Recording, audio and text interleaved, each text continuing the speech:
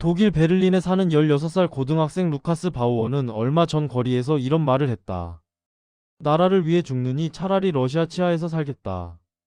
이 말은 순식간에 독일 사회를 뒤흔들었다. 하지만 루카스는 과격한 정치 활동가도 극단주의자도 아니다. 그는 대학 진학을 고민하고 친구들과 축구를 하며 평범한 미래를 꿈꾸던 학생이다.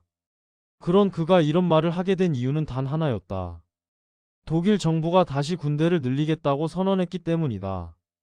독일은 2011년 징병제를 폐지한 나라다.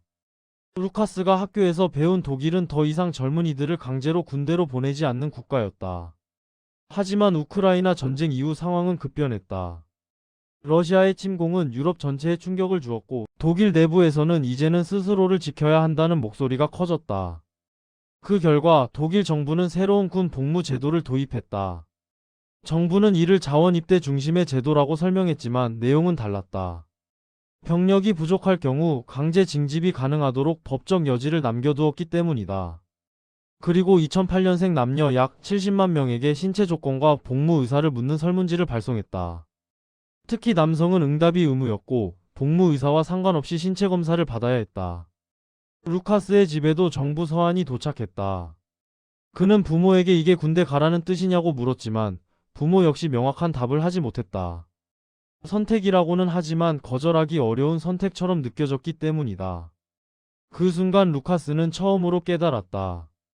국가의 결정이 자신의 생명과 직접 연결되어 있다는 사실을.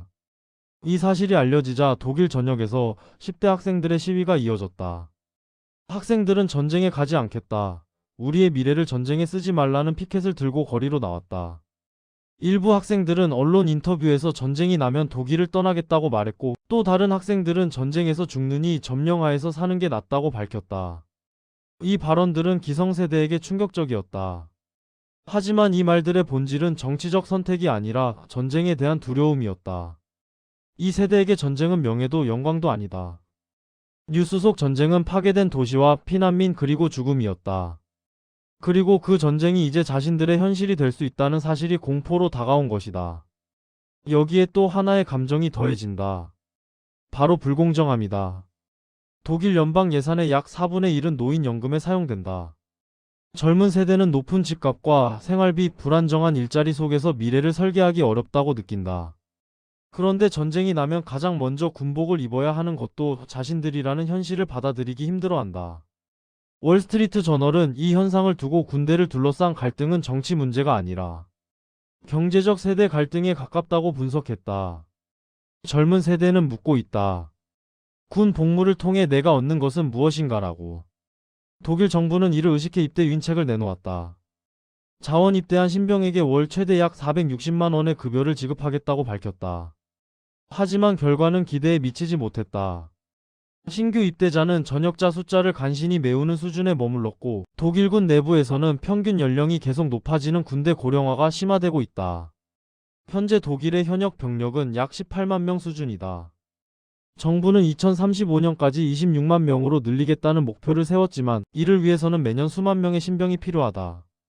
현실과 목표 사이의 간극은 여전히 크다. 루카스와 같은 10대들이 던진 말은 불편하지만 무시하기 어려운 질문을 담고 있다.